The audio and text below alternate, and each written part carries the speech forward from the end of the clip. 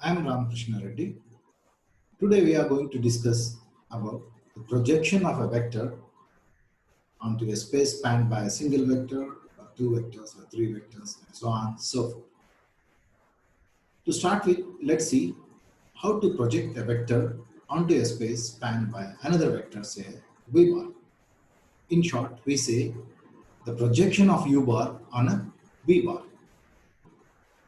Now, for that, you need to understand thoroughly what is a dot product. So we start with dot product and we'll see the consequences and we'll see what is the projection of u bar on a v bar, or in general, what is the projection.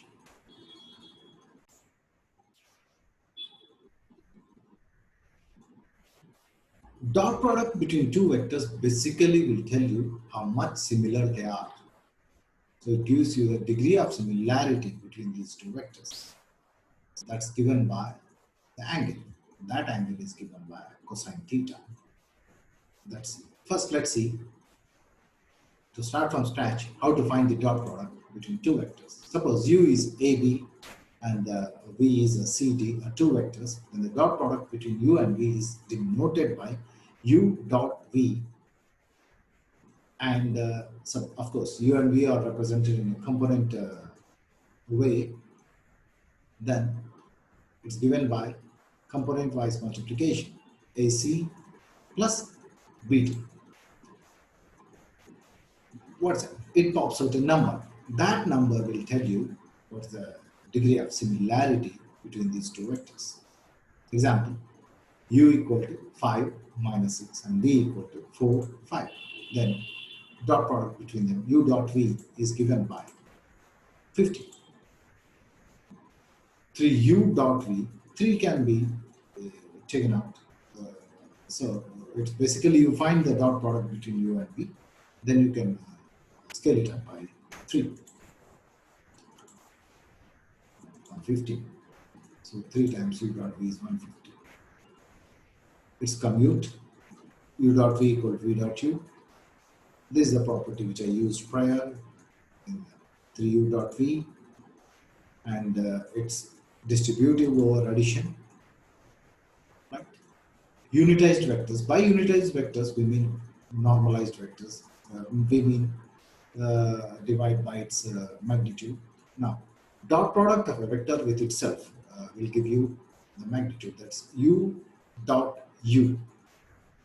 It will give you a mod u bar square, right? So mod u equal to root of u dot u. This is widely used. So we find the magnitude norm of a vector u as root of u dot u. Here is a vector v, and here is its modulus, right? Root of 9 plus 60, 5. I just scaled it up. Right? The earlier case I stretched it. This case I shinked it.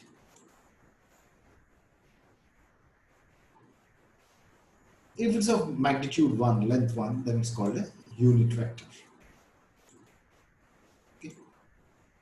So how to normalize or how to unitize? Just divide by its norm, you get a unit vector. So v bar dot v by mod v. So unitizing v corresponds to basically shrinking or stretching v to a unit vector. Here we stretched. Now, this will give you the similarity. Let u and v be any two unit vectors. They are not unit. We normalize it. Then u dot v is basically mod u mod v cos theta. Right? So bringing it to that side, finally cos theta is given by u cap dot v cap, or just u dot v, where u cap is a unit vector and v cap is a unit vector, I mean unitized vector. Okay, here is a u, here is a v, right? They are unitized. So the angle between them is 45 degrees. It's an acute angle. That's where we are more interested in. If it goes beyond 90, we say it's an obtuse angle. Right. So hope you are comfortable with the projections. It's pretty simple. Sorry, you are comfortable with dot product. Now, there is a U bar, there is a V bar. I want to project U bar onto V bar. That is the space spanned by V bar. That's basically denoted by this projection. Projection. Here it is. Projection of this is the symbol. How to understand this? This is nothing but projection of U bar onto V bar. Right. That's all. Basically, it's nothing but its shadow. Taking projection on V bar means its shadow. Right? Its shadow meshing, Magro, right? That scaling factor, what we call scalar projection, and its representative, what we call vector projection. Here it is, right? So U bar dot V cap, right? That gives the component of U bar in the direction of V bar, right?